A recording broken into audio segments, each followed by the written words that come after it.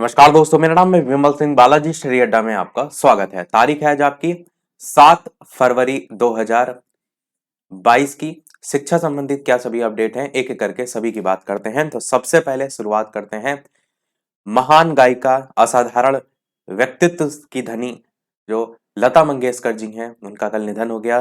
मैंने आपको टेलीग्राम पर सूचना भी दी थी। तो इनके बारे में आपको सारी चीजें पता होनी चाहिए। 36 भाषाओं में 30,000 से ज्यादा गानों को आवाज देने वाली थी ये।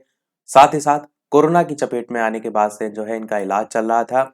देश दुनिया में शोक की लहर। मुंबई में अंतिम संस्कार जो है वो इनका हुआ। इन्हें स्वर कोकिला के नाम से जो है वो जाना जाता था। और 92 वर्ष की उम्र में इनका जो है वो निधन हो गया है। ये मुंबई के बीच ब्रीच जो कैंडी अस्पताल है, मुंबई का है ब्रीच कैंडी अस्पताल, उनमें इनका इलाज चल रहा था। और सुबह 8:12 पर इन्होंने अंतिम सांस जो है वो ली। साथ ही साथ 2 दिन के राष्ट्रीय शोक की घोषणा भी जो है वो की गई है।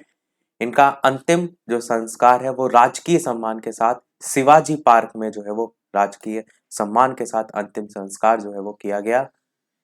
साथ ही साथ तिरंगे में लिपट कर आखिरी सफर के लिए जो है ये रवाना हुई।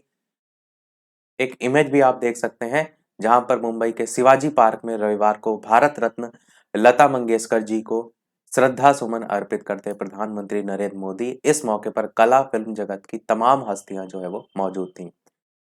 राज्यसभा 1 घंटे के लिए जो है वो स्थगित रहेगी। 8 जनवरी से अस्पताल में जो है ये भर्ती थी। आखिरी पलों में पिता के जो गीत हैं वो गाने सुन रही थी।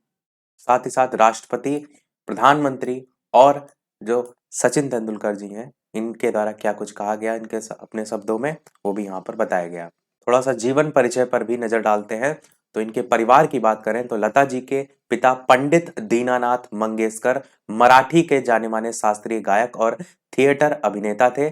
माँ जो है वो सेवंती दीनानाथ की दूसरी पत्नी थी। और पहली पत्नी नर्मदा सेवती की बड़ी बहन, उनकी मौत के बाद दीनानाथ ने सेवती जो है उससे शादी की थी। तो लता जो है वो माता पिता की 5 संतानों में सबसे बड़ी संतान थी। और बाकी जो बहनें वो भी संगीत की दुनिया में जो है वो प्रसिद्ध हैं, जिनमें आप जानते हैं आशा जी का नाम आपने अवश्य सुना है। उषा और हृदयनाथ भी संगीत की दुनिया में लोकप्रिय हैं। हेमा जो है इनका असली नाम है। लता जी के जन्म का जो नाम था वो हेमा था। बाद में पिता पंडित दीनानाथ मंगेशकर के नाटक भावबंधन की लोकप्रिय किरदार थी लतिका, उसके नाम पर इनका नामकरण जो है वो लता जो है वो कर दिया गया था। पहले इनका नाम हेमा था। इनके बारे में ये भी बताया जाता था कि केवल और केवल ये एक दिन जो है वो स्कूल गई थी। बताया जाता है कि स्कूल के पहले दिन बहन आशा को साथ ले जाने और सहपाठियों को संगीत सिखाने के लिए शिक्षकों ने लता जी जो है इनको कड़ी फटकार लगा दी थी। फिर उसके बाद इन्होंने स्कूल जाना ही छोड़ दिया था। अपने गाए थे जो गीत जो उन्हें खुद बेहद पसंद थे, उसमें यहाँ पर लिस्ट दी है। जैसे सबसे प्रिय भजन था प्रभु तेरो नाम जो ध्याए फल पाए। इसी प्रकार मनपसंद लोरी। इसी प्रकार शास्त्रीय राग आधारित गीत, पसंदीदा होली गीत और इसी प्रकार नृत्य गीत। गायन का जो कार्य था 5 वर्ष की उम्र से ही इन्होंने स्टार्ट कर दिया था। और पार्श्व गायिका के तौर पर सफर 1942 में प्रदर्शित नवयुग चित्रपट जो है उसकी मराठी फिल्म थी पहली मंगला गौर, इससे जो है इनका स्टार्ट हुआ था। कुछ पुरस्कारों की भी बात करते हैं तो 1962 में इन्हें सर्वश्रेष्ठ गायिका का जो है वो अवार्ड मिला था। और दूसरा 1965 में मिला था। और 1965 में तीसरा मिला था, ये कॉमा यहाँ लगा हुआ है। 1969 में चौथा, इसी प्रकार आगे भी 1994 में छठा फिल्म फेयर अवार्ड जो है इन्होंने जीता था। इधर साइड देखेंगे तो 1989 में फिल्मों के सर्वोच्च सम्मान दादा साहेब फाल्के पुरस्कार से भी इन्हें सम्मानित किया गया था। 1993 में लता जी जो है उन्होंने फिल्म फेयर का लाइफ टाइम अचीवमेंट पुरस्कार भी जो है वो हासिल किया था। बाकी 1969 में पद्म भूषण और भी अन्य पुरस्कार इन्हें मिले थे। अब शिक्षा संबंधित न्यूज की बात करते हैं तो 57% ने दी सीजीएल 2020 टियर 3 की परीक्षा। प्रयागराज से न्यूज है और इसी के बारे में जो है वो बताया गया है। अंडर 19 वर्ल्ड कप के बारे में मैंने आपको बता दिया था। भारत ने इंग्लैंड को 14 गेंद शेष रहते 4 विकेट से हरा दिया है।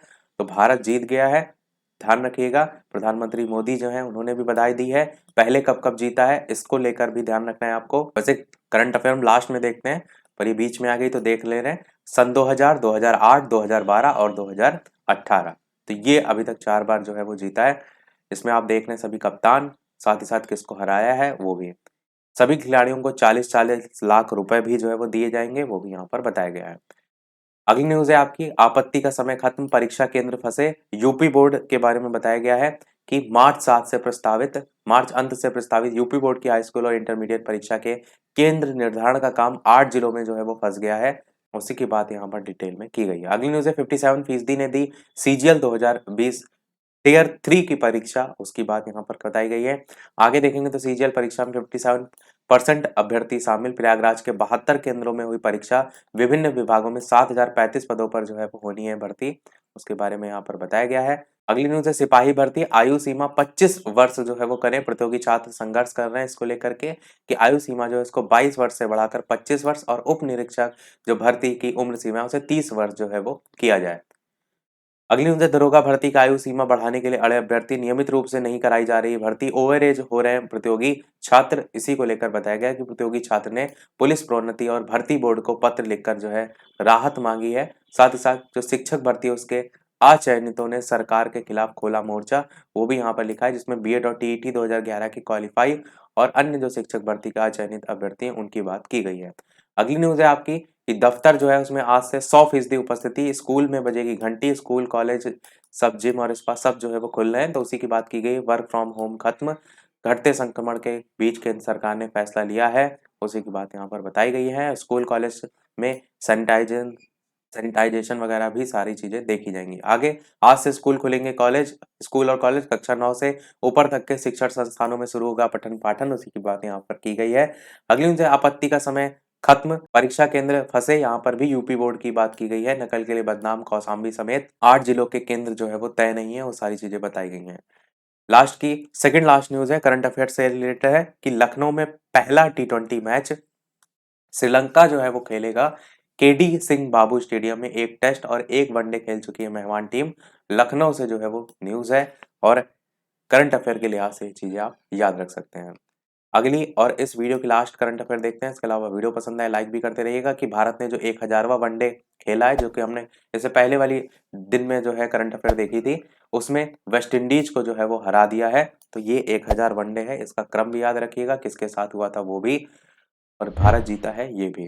तो यही था हमारा इस ओवरऑल अपडेट में। इसी प्रकार डेली अपडेट पाते रहने के लिए चैनल सब्सक्राइब करके नोटिफिकेशन बेल अवश्य ऑन कर लीजिएगा। वीडियो पसंद आया हो लाइक कीजिएगा और लोग साथ शेयर कीजिएगा। मिलते हैं अगले अपडेट में, तब तक के लिए नमस्कार, जय हिंद।